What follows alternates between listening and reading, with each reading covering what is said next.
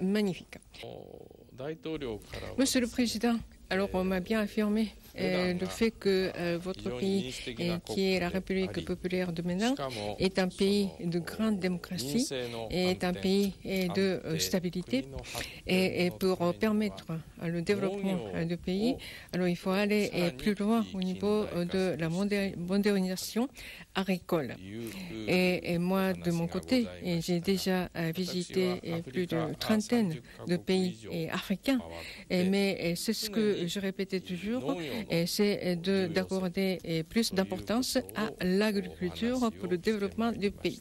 Alors, Monsieur le Président, alors je lui ai bien dit que dans le contexte où il y aurait la population de notre planète qui dépasserait plus de 7 milliards de personnes, alors nous aurons certainement à faire face à la crise alimentaire et compte tenu de toutes ces possibilités, alors il est vraiment nécessaire de faire développer l'agriculture de son pays et justement c'est ça ce que le président m'a bien affirmé et donc faire développer l'agriculture est une condition sine qua non pour le développement du pays et donc ces propos m'ont beaucoup impressionné.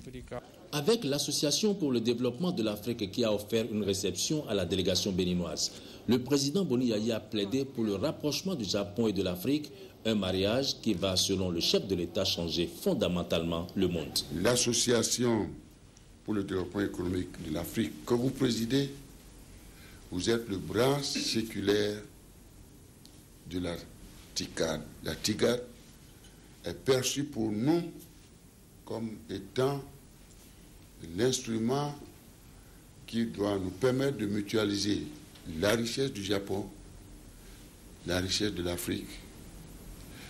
Une fois le Japon et l'Afrique auront mutualisé leur richesse, nous aurons changé le monde entier. Il y aura la paix dans le monde, la stabilité dans le monde, la sécurité dans le monde.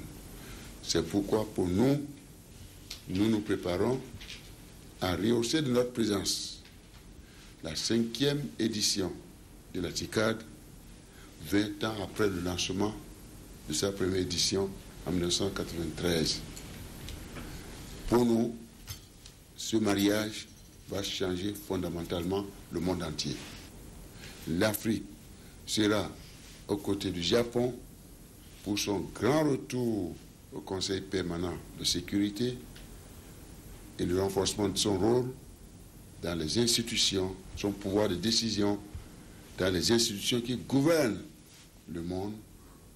L'Afrique sera avec le Japon pour changer le monde, pour que la paix, la stabilité, la sécurité reviennent dans ce monde nouveau que nous appelons de tous nos voeux. Merci pour ce dîner. Que Dieu bénisse l'Association pour le développement économique de l'Afrique, que Dieu bénisse le Japon, que Dieu bénisse notre partenariat et notre amitié. Je vous remercie. Le président Boni Yayi ne pouvait pas se rendre au Japon sans rencontrer les puissants groupes qui placent le Japon parmi les plus grandes nations industrielles. Le Japon occupe en effet la première place mondiale pour l'automobile et l'électronique, la deuxième place pour la construction navale.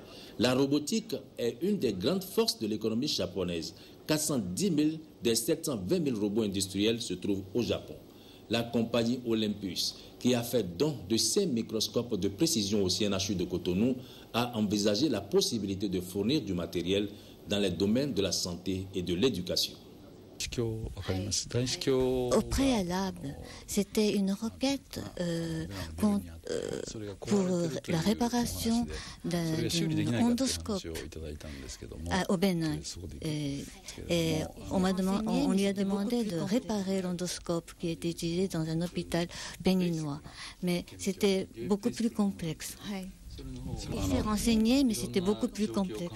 Et nous n'avons pas pu répondre à la requête de la réparation de l'endoscope, mais en revanche, ils ont pensé que nous pourrions peut-être leur fournir les microscopes qui sont beaucoup plus faciles à entretenir pour équiper un hôpital, de manière équipement, mais il y a aussi des formations des médecins, la formation des infirmières, tout ça. C'est tout à fait global, c'est une approche globale. Et il a commencé par l'équipement qui est plus basique, plus fondamental. Yamaha est une grosse firme industrielle qui fabrique des moteurs aussi bien dans l'industrie lourde que dans l'industrie légère. Les représentants de cette firme ont manifesté leur intention d'accroître leurs interventions au Bénin. Répondant à une requête du chef de l'État, ils entrevoient la possibilité d'installer une usine de montage des motos à 4 temps au Bénin. J'ai éprouvé du plaisir à échanger avec le chef de l'État parce qu'il a été très franc dans ses propos. Nous avons surtout parlé du marché des taxis-motos Zemidjan, qui est un marché très important pour notre société. Nous sommes en train d'étudier les voies et moyens pour pénétrer ce marché. Le seul problème, c'est le rapport qualité-prix. Nous fabriquons des motos de bonne qualité, de très haute qualité, mais aussi à des prix un peu plus élevés que ce qui est aujourd'hui déversé sur le marché béninois. Nous sommes en train d'étudier comment régler ce problème avant d'arriver au Bénin. Par ailleurs, nous avons évoqué avec le chef de l'État de faire du Bénin un hub à partir duquel nous allons envoyer les motos vers les pays environnants tels que le Nigeria, le Togo, le Burkina Faso. Ça aussi, c'est un volet qui nous a très intéressés. La firme Yanmar produit une gamme variée de matériel de travaux publics. Les qualités techniques et la fiabilité des moteurs Yanmar sont reconnues notamment en ce qui concerne les micro-tracteurs. Les discussions que les responsables de la firme Yanmar ont eu avec la délégation béninoise ont tourné autour de l'implantation au Bénin d'une usine de fabrication de matériel agricole. L'éducation a été vraiment au centre de plusieurs débats, en ce sens que le président veut mettre l'accent sur la professionnalisation. Donc, en allant dans le sens de mettre en place une usine de montage du matériel agricole, donc d'aller vers la mécanisation, le président met l'accent alors sur la formation technique et professionnelle.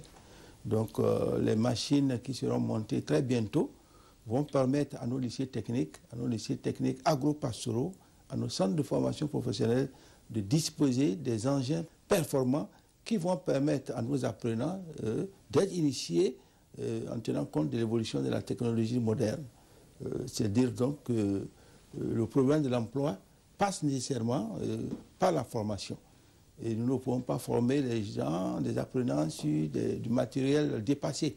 Au niveau du ministère de la Santé, je pense que la bonne nouvelle pour nous, pour tout le peuple béninois, c'est le fait que la partie japonaise a offert 5 microscopes performants au CNHU de Cotonou.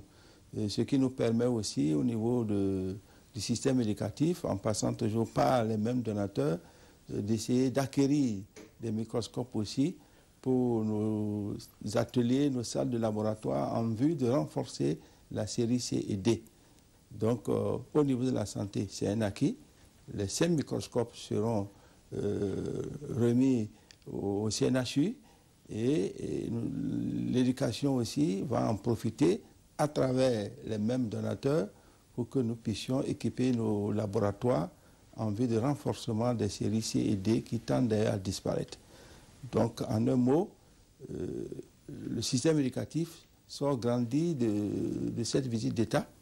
Comme je l'ai dit tout à l'heure, l'acquisition, par exemple, ou le montage d'une usine de rassemblage des tracteurs mieux du matériel agricole va aussi servir à nos apprenants dans les lycées techniques agro-pastoraux que nous avons presque dans toutes nos régions, afin que les élèves agronomes et nos conducteurs de travaux agricoles, mieux nos techniciens en transformation végétale et animale, que nous sommes en train de former, puissent effectivement être à la hauteur de l'espoir que le peuple béninois fonde en eux. Les responsables des firmes japonaises rencontrées ont manifesté leur admiration pour la stabilité du Bénin et exprimé leur vœu de venir investir dans le pays. Des voyages de prospection et un forum des investisseurs japonais sont prévus pour concrétiser les intentions. À partir de la vie du chef de l'État, le Bénin, le marché béninois doit être pris en considération par le patronat et par conséquent des visites de prospection de marché sont indispensables. Je pense que c'est une bonne nouvelle parce que jusque-là, le patronat n'était nullement intéressé par le Bénin parce que nous n'avons pas, comme vous le savez, nous ne disposons pas d'assez de matières premières comparées aux grands voisins, donc Nigeria, il y a d'autres pays de la sous-région. Mais vous savez, le chef de l'État a réussi à faire mouvoir le cœur de ces investisseurs, de ce patronat qui, bien que préoccupé par ses intérêts, a estimé qu'il était vraiment indispensable pour, intervenir directement dans notre pays. La volonté des autorités japonaises de regarder plus vers le Bénin et l'Afrique s'est nettement affichée au cours de la visite. Nous sommes, comme je l'ai dit tantôt, un petit pays, mais béni par, la paix que nous maintenons, que nous assurons dans notre pays. Et à partir de ce moment, le Japon aussi a estimé que le Bénin est caractérisé par la paix et qu'à partir du Bénin, le Japon pourra exprimer sa nouvelle vision sur le continent africain. Je peux déjà vous annoncer que très prochainement, grâce à l'appui du gouvernement du Dr Eboni, l'université Sophia commencera par accueillir nos étudiants pour leur formation dans divers domaines, à savoir les relations internationales par exemple, à savoir la mécanique, la médecine, les sciences exactes, etc., etc., etc. L'université Sophia n'est pas une université ordinaire, c'est une université prestigieuse, d'où sont sortis des grands dirigeants au niveau mondial. Vous avez par exemple des personnalités politiques telles l'ancien premier japonais appelé Hosokawa, vous avez l'ancienne directrice du Haut Commissariat des Nations Unies pour les réfugiés en la personne de Madame Ogata, vous avez beaucoup de figures qui ont œuvré pour l'avènement de la paix sur notre planète. En recevant d'ailleurs lors d'un petit déjeuner les chefs de mission diplomatiques africains en poste au Japon, le président Boni Yayi n'a pas manqué de les mettre devant leurs responsabilités. Une lourde responsabilité afin qu'ils travaillent pour l'espoir et l'espérance, afin que l'Afrique, ce grand continent doté de potentiel extraordinaire, soit un pôle de croissance dans le monde. Mais pour y parvenir, le chef de l'État a demandé aux diplomates africains de redoubler d'ardeur dans le lobbying qu'ils font au Japon et d'être surtout unis. S'agissant de la TICAD, l'heure est à la réflexion, selon le chef de l'État. 20 ans après, mes chers amis, nous sommes à l'heure de la réflexion et de l'évaluation. Quel bilan? En réalité, je ne peux que vous féliciter. Je vous dis merci. Vous êtes ici, vous faites beaucoup pour le continent. Et je crois, vous n'avez pas perdu votre temps. Notre continent, vous le savez, vous me permettrez de vous le situer. Vous le savez déjà. En me disant qu'en réalité, vous travaillez pour l'espoir et l'espérance et pour l'équilibre géostratégique dans le monde. Notre continent, vous le savez bien, est vaste, très vaste, très vaste. 10 fois en termes de superficie, 10 fois, j'allais dire l'Europe, 10 fois l'Inde, 4 fois la Chine, 4 fois le Brésil, 4 fois les États-Unis. Un scandale géologique impressionnant. Chaque jour que Dieu fait, mes chers frères, on y découvre des ressources de sous-sol. Le pétrole, l'uranium, le gaz, le cuivre, le zinc, etc., etc. Tout ce que Dieu a donné à l'humanité se trouve en Afrique, berceau de notre humanité.